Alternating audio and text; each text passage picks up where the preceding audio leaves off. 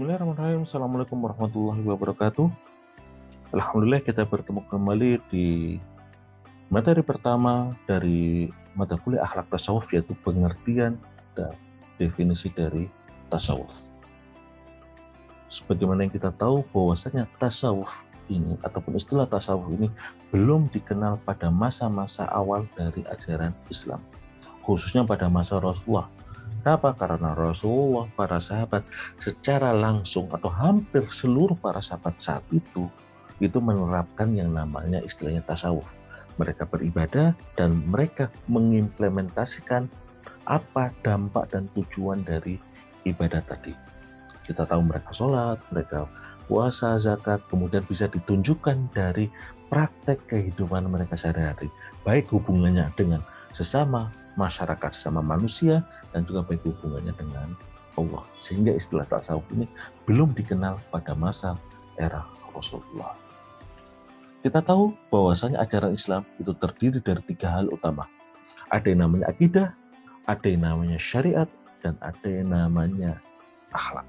Akidah sebagai akar, sebagai penguat dasar dari fondasi keimanan setiap manusia, setiap umat muslim, yang kemudian diperkuat dengan adanya syariat-syariat yang di sini diibaratkan kalau ada pohon itu sebagai cabang-cabang dari ajaran Islam yang nanti akan menghasilkan buah yang disebut dengan akhlak ataupun juga kadang disebut dengan ihsan dan juga disebut juga dengan istilah tasawuf.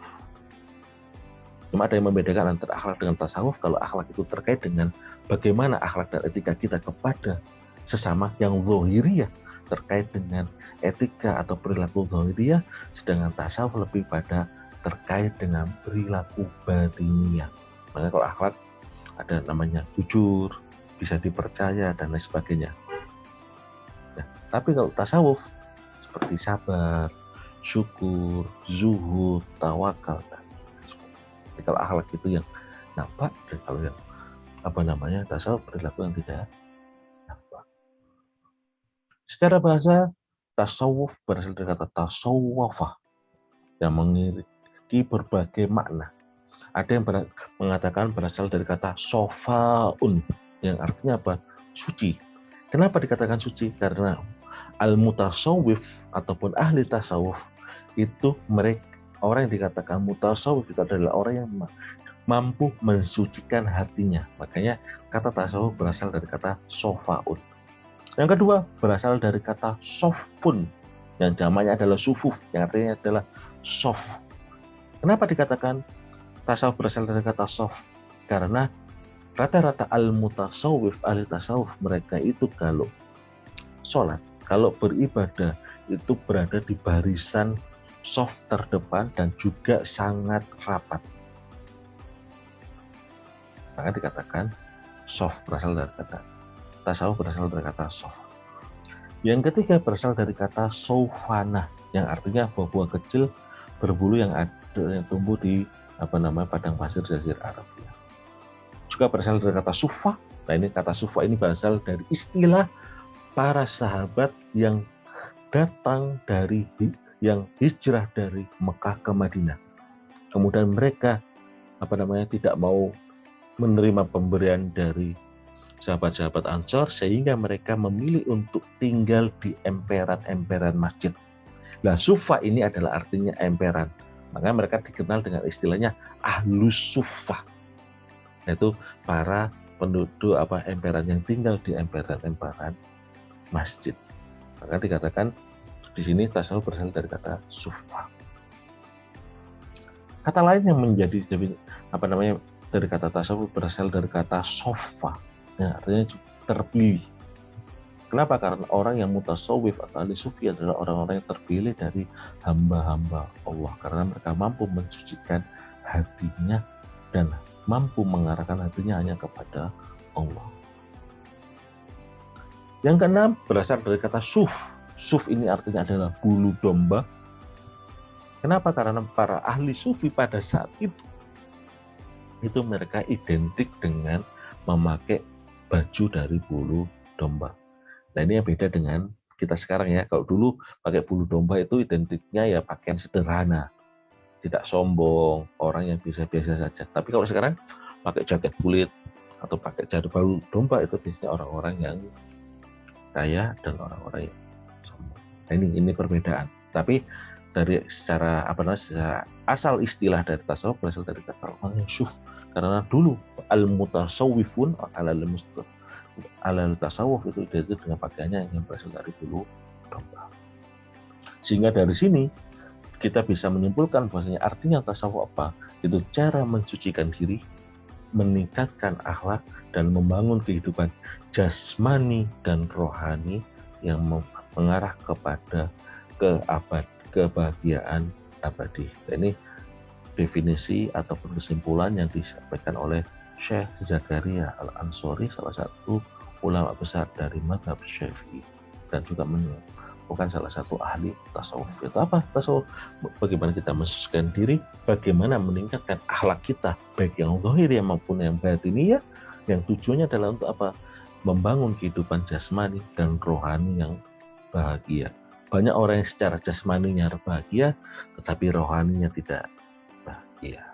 Nah, secara istilah, kalau tadi secara bahasa, secara istilah, tasawuf menurut Imam Junaid Al-Baghdadi yang dikatakan tasawuf adalah sikap mengambil sifat mulia dan meninggalkan sifat yang rendah. Artinya apa? Kita menghiasi diri kita hanya dengan sifat-sifat yang baik dan menjauhi sifat-sifat yang jelek. Ini menurut Imam Al-Junaid Al-Baghdadi. Kita tahu Imam Junaid Al-Baghdadi ini menjadi salah satu referensi utama dalam aswaja khusus terkait dengan hal-hal tasawuf yang terkait dengan masalah akhlak selain Imam Al-Ghazali. Kemudian menurut Syekh Abu Hasan Asy-Syadzili, yaitu pendiri Thariqat Syadziliyah yang berada di Afrika Utara, mengatakan yang namanya tasawuf adalah proses praktek. Bagaimana kita praktek, bagaimana kita melakukan latihan diri melalui cinta yang mendalam untuk beribadah, menempatkan diri kita di jalan Allah. Artinya apa? Makanya ada yang namanya istilahnya thariqah, itu apa? Jalan. Bagaimana kita melalui jalan ini dengan cara mempraktekkan dan melatih diri kita agar kita selalu senang beribadah dan juga senang berinteraksi kepada Allah. Ini menurut Syekh Abu Hasan Asy-Syadzili. Kemudian menurut Imam Sahal Ad-Dusturi, yang namanya tasawuf adalah terputusnya hubungan dengan manusia. Artinya apa di sini? Kita hanya fokus, kita hanya memprioritaskan hubungan kita kepada Allah. Kenapa? Karena kita terikat dengan kecintaan kita kepada Allah. Ini menurut Imam Sahal Ad-Dusturi. Kemudian menurut Syekh Ahmad Zarruq, salah satu ahli tasawuf juga berasal dari Maroko, yang namanya tasawuf adalah merupakan ilmu yang memperbaiki hati dan memfungsikan hati hanya semata-mata untuk Allah. Dalam hal ini menggabungkan pengetahuan terkait juga dengan masalah syariat, yaitu terkait dengan masalah fikih. Jadi bukan hanya terkait dengan belajar tasawuf juga, tapi juga menggabungkan antara unsur tasawuf dan juga unsur fikih dan juga syariat agar sesuai dengan maqasid syariah dan khususnya terkait dengan maqasidul ibadah, tujuan dari disyariatkannya ibadah. Dari definisi-definisi yang ada, kita bisa menyimpulkan yang pertama, bahwasanya kesucian jiwa untuk menghadap kepada Allah Subhanahu wa taala itu disebut dengan tasawuf. Bagaimana proses kita mensucikan diri kita, mensucikan hati kita yang tujuannya adalah untuk mendekatkan diri kepada Allah, itu dinamakan tasawuf. Makanya kadang kita mendengar istilah yang namanya tazkiyatun nufus, penyucian diri, atau tasfiyatul qulub, pembersihan hati. Ini sama. Ini semuanya mengarah kepada bagaimana mensucikan hati untuk mengarah kepada mendekatkan diri kepada Allah. Nah, ini berdasarkan pada surat Al-A'la, qad aflaha man tazakka wa dzakara isma rabbih fashallah. Maka beruntunglah orang-orang yang sudah mensucikan hatinya, melepaskan hatinya dari hal-hal yang jelek, yang kemudian dia mengingat Tuhannya, mengingat nama Allah, kemudian dia sholat. Jadi orang ketika ibadah masih ada unsur riya, unsur sombong, dan lain sebagainya. Makanya yang utama adalah mensucikan diri, kemudian ingat kepada Allah, baru kemudian. Tapi bukan berarti nanti Anda nggak sholat dulu sebelum mati sih, nggak juga seperti itu. Sholat tetap wajib kita lakukan, cuma kita harus mempraktekkan, melatih diri kita agar sebelum kita menjalankan sholat, hati kita itu juga bersih, sehingga nanti biar lengkap semua. Bukan berarti sholatnya ditinggalkan. Kenapa nggak sholat? Wah, hati saya belum bersih. Ini nggak boleh. Ini keluar dari istilah syariat. Kayak benar perkataan dari Imam Malik. Nah, Imam Malik berkata, man tasawwafa walam tafaqqaha faqad tazandaqa. Orang yang bertasawuf tapi tidak diikuti dengan pemahaman pengetahuan tentang fikih, maka dia telah menjadi seorang zindik. Dalam artian itu ngawur. Pelaksanaan tasawufnya ngawur karena tidak diimbangi dengan syariat, dengan aturan dan ketentuan sudah dilakukan. Dan lanjutannya, waman tafaqqaha walam tasawwafa faqad tafassaqa. Barang siapa yang mengerti ilmu fikih, mengerti hukum fikih, tetapi tidak diikuti dengan ilmu tasawuf, maka faqad tafassaqa, maka dia orang menjadi orang fasik. Akhirnya apa? Ya sholat aja. Keluar dari sholat tidak ada dampak atau efek dari ibadah yang sudah dia lakukan. Kenapa? Karena dia hanya fokus pada fikihnya saja tanpa dibekal dengan tasawufnya. Sholat, puasa, tapi tidak ada efek yang dia rasakan dari manfaat puasa ataupun sholat yang tadi. Baik, berkata Imam Malik yang ketiga apa? Waman tasawwafa wa tafaqqaha faqad tahaqqaqa. Artinya apa? Barang siapa yang bertasawuf kemudian diikuti dengan ilmu fikih, maka itulah orang-orang yang mencapai yang namanya istilah hakikat. Dia mengetahui hakikat kenapa disyariatkannya ibadah tadi, yaitu mendekatkan diri kepada. Ya, untuk yang terkait dengan asal-usul tasawuf, ada beberapa referensi yang menyatakan bahwa tasawuf ini sudah ada pada zaman Rasulullah, bahkan sebelum Rasulullah ada, tapi bukan dalam ajaran Islam. Ini yang dilakukan oleh orang-orang Arab yang ada di Irak dan juga di Iran, yang mereka sengaja memilih kehidupan itu menyendiri dari masyarakat luar dan menjauhi kemegahan ataupun kemewahan kehidupan dunia. Ini sudah ada yang mengatakan seperti itu. Sebagian pendapat yang lain merujuk pada kemunculan Ahlus Suffah, para sahabat yang tinggal di emperan Masjid Nabawi dulu, yang tadi saya sampaikan, yaitu awal kemunculan dari istilah sejarah tasawuf. Bagaimana saya jelaskan tadi, juga pada masa Rasulullah belum ada istilah tasawuf secara khusus, sampai juga pada zaman tabi'in, karena mayoritas para sahabat dan juga tabi'in itu mengetahui tentang maksud dari ibadah dan maksud dari syariat, sehingga mereka menggabungkan dua hal, mereka tasawwafah dan juga tafaqqaha, sehingga mereka tahaqqaq. Mereka bertasawuf tasawufnya itu berdasar pada ilmu fikih juga akhirnya mereka mempraktekkan semuanya, sehingga belum muncul istilah tasawuf pada zaman Rasulullah dan juga pada zaman tabi'in.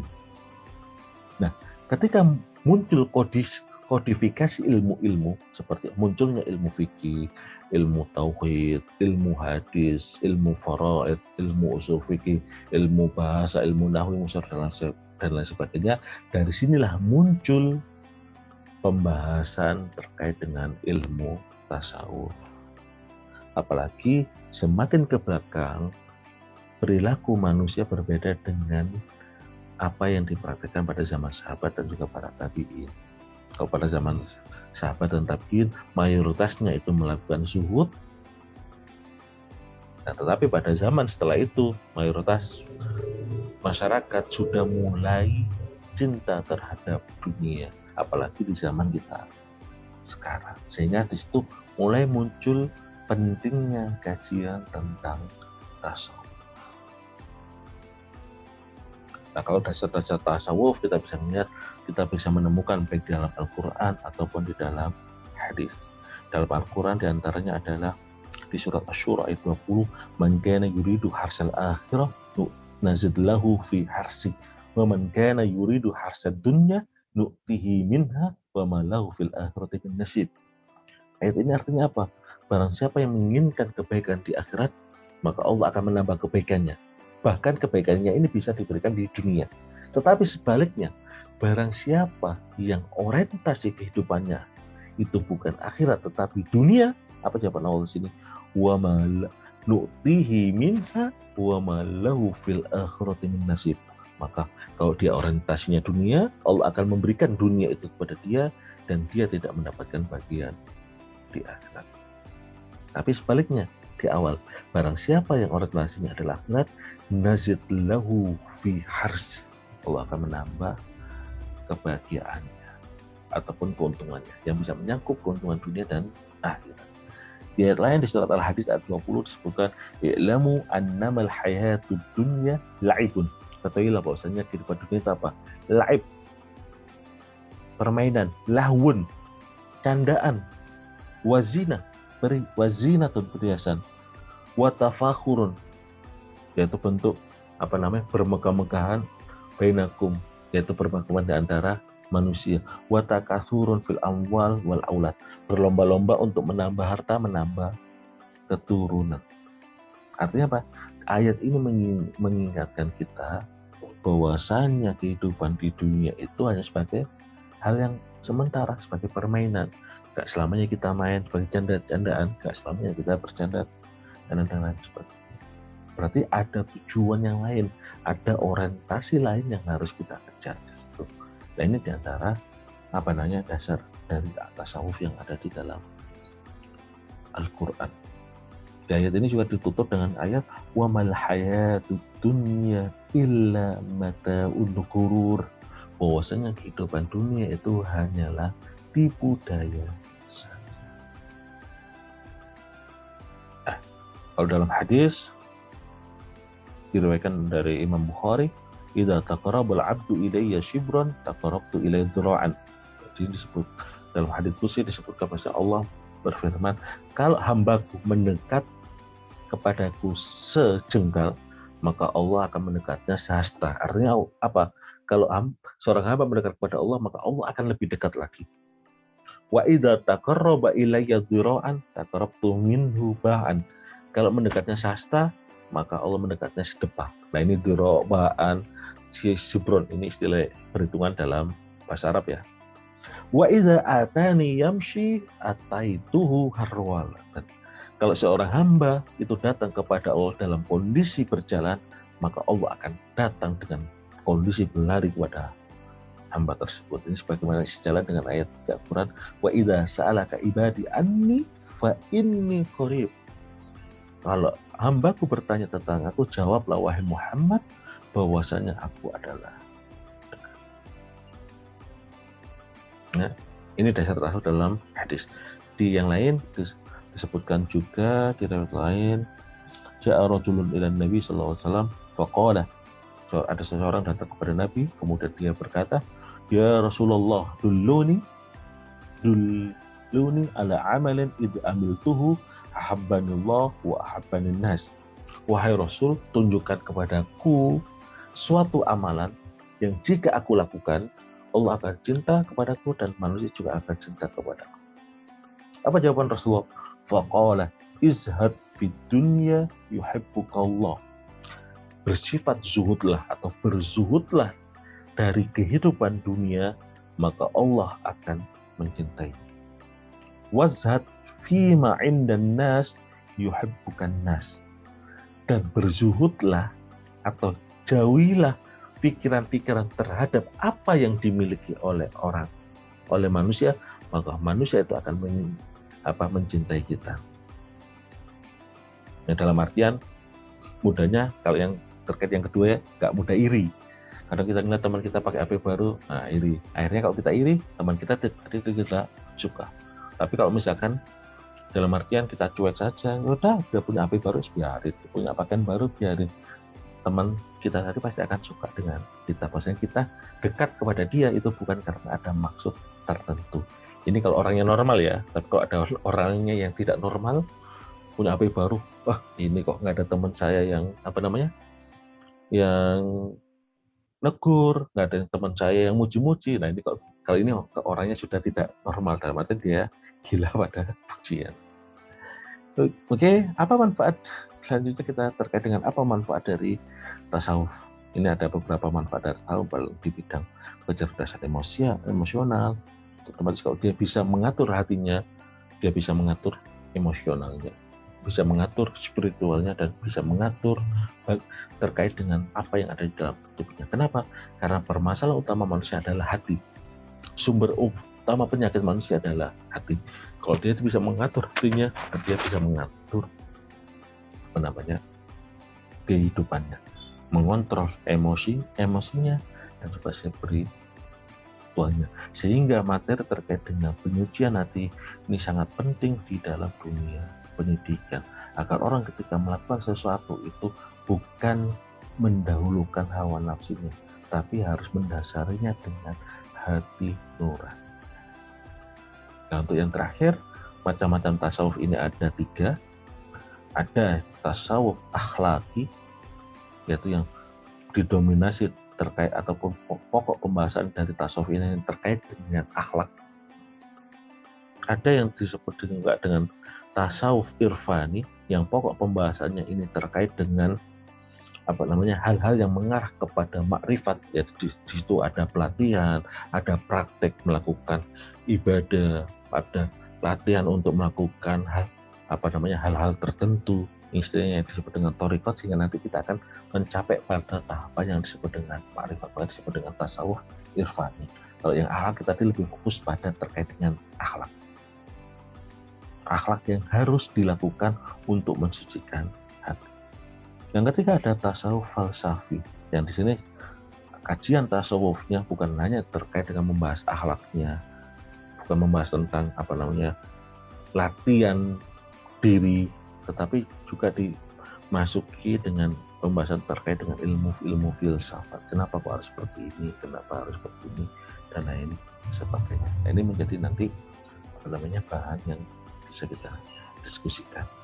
Yang terakhir yang jadi bahan diskusi tadi, selain dari macam tasawuf, bahan diskusi adalah apa hubungan antara akhlak dengan tasawuf, yang pertama. Yang kedua, apa yang membedakan antara zuhud kepada Allah dan zuhud kepada manusia. Nah, ini akan kita diskusikan di dalam pertemuan secara virtual. Oke, kurang lebihnya saya mohon maaf. Wassalamualaikum warahmatullahi wabarakatuh.